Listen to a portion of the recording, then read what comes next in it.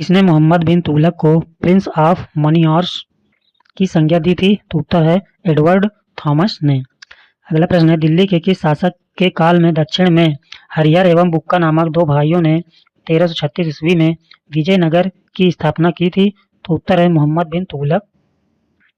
अगला प्रश्न है, अलाउद्दीन बहमन शाह ने 1347 ईस्वी में किस राज्य क्षेत्र में बहमनी राज्य की स्थापना की थी? तो उत्तर है महाराष्ट्र में।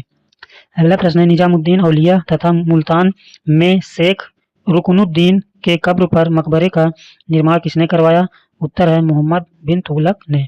अगला प्रश्न है, मोहम्मद बिन तुगलक के बाद दिल्ली सल्तनत का शासक कौन बना? उत्तर है फिरोज तुगलक बना। अगला प्रश्न है, खलीफा ने किस शासक को कासिम अमीर उल मोमिनीन की उपाधि दी थी? उत्तर है फिरोज शाह तुगलक को। अगला प्रश्न है, ब्राह्मणों पर जजिया कर लगाने वाला प्रथम मुस्लिम शासक कौन था? उत्तर है फिरोज शाह तुगलक था।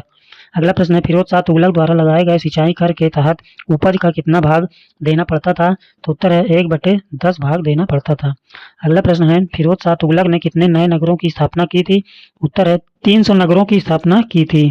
अगला प्रश्न है, फिरोजाबाद, फतेहाबाद, जौनपुर, फिरोजपुर तथा हिसार नामक नगर की स्थापना किसने की थी? तो उत्तर है फिरोज शाह तुगलक ने की थी। अगला प्रश्न है, फिरोज शाह तुगलक ने किसके लिए दीवान ए खैरात नामक नए विभाग की स्थापना की थी? उत्तर है अनाथ मुस्लिम तथा विधवा महिलाओं की सहायता के लिए। अगला प्रश्न है, किसके शासनकाल में दासों की संख्या लगभग 1,80,000 थी, सर्वाधिक थी? तो उत्तर है फिरोज शाह तुगलक के शासनकाल में। अगला प्रश्न है, दासों की देखरेख के लिए फिरोज शाह तुगलक ने किस नए विभाग की स्थापना की थी? उत्तर है दीवान ए बंदगान की। अगला प्रश्न है, फतुहात ए फिरोज शाही की रचना किसने की थी? उत्तर है फिरोज शाह तुगलक ने। अगला प्रश्न है, फिरोज शाह तुगलक के शासन काल में निर्मित चांदी एवं तांबे के मिश्रण के सिक्के को क्या कहा जाता था? तो उत्तर है अब्धा तथा विख कहा जाता था। अगला प्रश्न है, फिरोज शाह तुगलक की मृत्यु कब हुई थी? उत्तर है 1388 ईस्वी में। अगला प्रश्न है, तुगलक वंश का अंतिम शासक कौन था? तो उत्तर है नसीरुद्दीन महमूद तुगलक था। अगला प्रश्न है, तैमूर लंग 1398 ईस्वी में किसके शासनकाल में दिल्ली पर आक्रमण किया था? तो उत्तर है नसीरुद्दीन महमूद तुगलक के शासनकाल में। अगला प्रश्न है, सैयद वंश का संस्थापक कौन था? तो उत्तर है खिज्र खां था। अगला प्रश्न, दिल्ली के किस शासक ने सुल्तान की उपाधि न धारण कर रैयत ए आला की उपाधि धारण की थी? तो उत्तर है खिज्र खां ने। अगला प्रश्न है, खिज्र खां कौन था? तो उत्तर है तैमूर लंग का सेनापति था। अगला प्रश्न है, खिज्र खां के किस पुत्र ने शाह की उपाधि धारण की थी? तो उत्तर है मुबारक खां ने। अगला प्रश्न है, तारीख ए मुबारक शाही में किस वंश के बारे में जानकारी मिलती है? तो उत्तर है सैयद वंश के बारे में जानकारी मिलती है। अगला प्रश्न है, तारीख ए मुबारक शाही पुस्तक की रचना किसने की थी? तो उत्तर है याहिया बिन अहमद सरहिंदी ने की थी। अगला प्रश्न है, सैयद वंश का अंतिम शासक कौन था? तो उत्तर है अलाउद्दीन आलम शाह था। अगला प्रश्न है, मुबारक शाह ने किस नदी के किनारे बारकाबाद शहर की स्थापना की थी? तो उत्तर है यमुना नदी के किनारे। अगला प्रश्न है, लोधी वंश का संस्थापक कौन था? तो उत्तर है बहलोल लोधी था। अगला प्रश्न है, दिल्ली पर प्रथम अफगान राज्य की स्थापना का श्रेय किसे जाता है? तो उत्तर है बहलोल लोधी को। अगला प्रश्न है, बहलोल लोधी अपने सरदारों को किस नाम से पुकारता था? तो उत्तर है मकसद ए अली के नाम से। अगला प्रश्न है, सुल्तान सिकंदर शाह की उपाधि किसने धारण की थी? तो उत्तर है बहलोल लोधी का पुत्र निजाम खां ने। अगला प्रश्न है, 1504 ईस्वी में आगरा शहर की स्थापना किसने की थी? तो उत्तर है सिकंदर लोधी ने की थी। अगला प्रश्न है, गुलरुखी शीर्षक से फारसी कविताएं लिखने वाला सुल्तान कौन था? तो उत्तर है सिकंदर लोधी था। अगला प्रश्न है, किस शासक ने मुसलमान स्त्रियों को पीरों तथा संतों के मजार पर जाने पर प्रतिबंध लगा दिया था? तो उत्तर है सिकंदर लोधी। अगला प्रश्न है, लोधी वंश का अंतिम शासक कौन था? तो उत्तर है इब्राहिम लोधी था। अगला प्रश्न है, इब्राहिम लोधी किसका पुत्र था? तो उत्तर है सिकंदर लोधी का पुत्र था। अगला प्रश्न है, 1526 में पानीपत का प्रथम युद्ध किसके बीच हुआ था? तो उत्तर है इब्राहिम लोधी तथा बाबर के बीच हुआ था। अगला प्रश्न है, बाबर को भारत पर आक्रमण करने का न्योता किसने दिया था? तो उत्तर है दौलत खां लोधी तथा आलम खां ने। अगला प्रश्न है, सल्तनत काल में केंद्रीय प्रशासन का मुखिया क्या कहलाता था? उत्तर है सुल्तान कहलाता था। अगला प्रश्न है, किस वंश के शासन काल में अमीरों का महत्व चरमोत्कर्ष पर था? तो उत्तर है लोधी वंश में।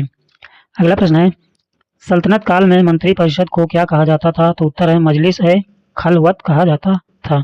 अगला प्रश्न है, मजलिस ए खलवत की जहां बैठक होती थी उसे क्या कहा जाता था? तो उत्तर है मजलिस ए खास कहा जाता था।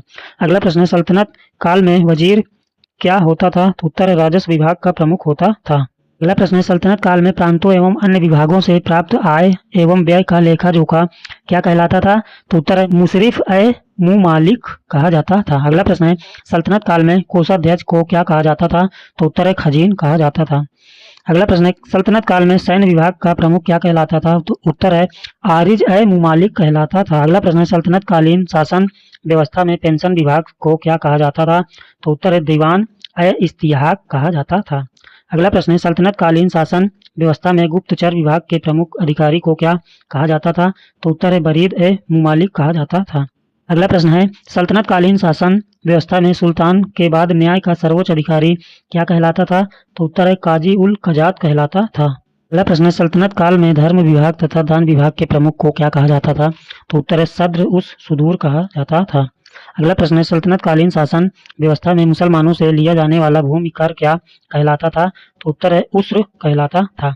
अगला प्रश्न है सल्तनत कालीन शासन व्यवस्था में गैर मुस्लिमों से लिया जाने वाला भूमि कर क्या कहलाता था? तो उत्तर है खराज कहलाता था। अगला प्रश्न है सल्तनत कालीन शासन व्यवस्था में एक शहर या 100 गांवों के शासन की देखरेख करने वाला अधिकारी क्या कहलाता था? तो उत्तर है अमीर ए सदा कहलाता था। अगला प्रश्न है सल्तनत काल में सुल्तान की स्थायी सेना को क्या नाम दिया गया था? तो उत्तर है खास खेल नाम दिया गया था। अगला प्रश्न है सल्तनत काल में 10 अश्वारोही किसके बराबर होता था? तो उत्तर है एक सर ए खेल के बराबर होता था। अगला प्रश्न है सल्तनत काल में 10 सर ए खेल किसके बराबर होता था? तो एक सिपाह सलार के बराबर होता था। अगला प्रश्न है सल्तनत काल में 10 सिपाह सलार किसके बराबर होता था? तो उत्तर है एक अमीर के बराबर होता था। अगला प्रश्न है सल्तनत काल में 10 अमीर किसके बराबर होता था? तो उत्तर है एक मलिक के बराबर होता था। अगला प्रश्न है सल्तनत काल में 10 मलिक किसके बराबर होता था? तो उत्तर है एक खान के बराबर होता था। अगला प्रश्न है इक्ता प्रणाली अपनाने वाला दिल्ली का प्रथम शासक कौन था? तो उत्तर है इल्तुतमिश था। नोट में है अलाउद्दीन खिलजी के समय इक्ता प्रथा को समाप्त कर दिया गया। अगला प्रश्न है इक्ता प्रणाली की दोबारा शुरुआत किस शासक ने की थी? तो उत्तर है फिरोज शाह तुगलक। अगला प्रश्न है सल्तनत काल में अच्छी नस्ल के घोड़े कहाँ से मंगाए जाते थे? तो उत्तर है तुर्की, अरब तथा रूस से। अगला प्रश्न है सल्तनत काल में पूर्ण रूप से केंद्र के नियंत्रण में रहने वाली भूमि क्या कहलाती थी? तो उत्तर है खालसा भूमि कहलाती थी। अगला प्रश्न है सल्तनत काल में कौन सा अंतरराष्ट्रीय बंदरगाह बहुत प्रसिद्ध था? तो उत्तर है देवल बंदरगाह प्रसिद्ध था। अगला प्रश्न है संगम राजवंश की स्थापना किसने की थी? तो उत्तर है हरियर एवं बुक्का ने की थी। अगला प्रश्न है विजयनगर साम्राज्य की राजधानी कहाँ थी? तो उत्तर है हम्पी थी। अगला प्रश्न है इटली का यात्री निकोलो कांटी विजयनगर की यात्रा पर किसके शासनकाल में आया था? तो उत्तर है देवराय प्रथम के शासनकाल में आया था। अगला प्रश्न है संगम वंश का सबसे प्रतापी राजा कौन था? तो उत्तर है देवराय द्वितीय था। अगला प्रश्न है फारसी राजदूत अब्दुल रज्जाक किसके शासनकाल में विजयनगर आया था? तो उत्तर है देवराय द्वितीय के शासनकाल में विजयनगर आया था। अगला प्रश्न है विजयनगर साम्राज्य पर तुलु वंश की स्थापना किसने की थी? तो उत्तर है वीर नरसिंह ने। अगला प्रश्न है तुलु वंश का सबसे महान शासक कौन था बना? तो उत्तर है कृष्ण देव राय। अगला प्रश्न है किस मुगल शासक ने अपनी आत्मकथा में कृष्ण देव राय को भारत का सर्वाधिक शक्तिशाली शासक बताया? तो उत्तर है बाबर। इनकी आत्मकथा है बाबरनामा में। अगला प्रश्न है तेलुगु में अमुक्ता माल्याद की रचना किसने की थी? तो उत्तर है कृष्णदेव राय ने। अगला प्रश्न है संस्कृत में जाम्बवती कल्याणम की रचना किसने की थी? तो उत्तर है कृष्णदेव राय ने। अगला प्रश्न है पांडुरंग महात्म्यमयन की रचना किसने की थी? तो उत्तर है तेनाली रामकृष्ण ने। अगला प्रश्न है हजारा तथा विट्ठल स्वामी मंदिर का निर्माण किसने कराया था? तो उत्तर है कृष्णदेव राय ने। अगला प्रश्न है नागलपुर नामक नगर को किसने बसाया था? तो कृष्णदेव राय ने। अगला प्रश्न है तुलु वंश का अंतिम शासक कौन था? तो उत्तर है सदाशिव था। अगला प्रश्न है आराविडु वंश की स्थापना किसने की थी? तो उत्तर है तिरुमल ने की थी। अगला प्रश्न है आराविडु वंश का अंतिम शासक कौन था? तो उत्तर है रंग तृतीय था। अगला प्रश्न है 1515 ईस्वी में पुर्तगाली यात्री डोमिंग पायस किसके शासनकाल में विजयनगर आया था? तो उत्तर है कृष्णदेव राय के शासनकाल में विजयनगर आया था।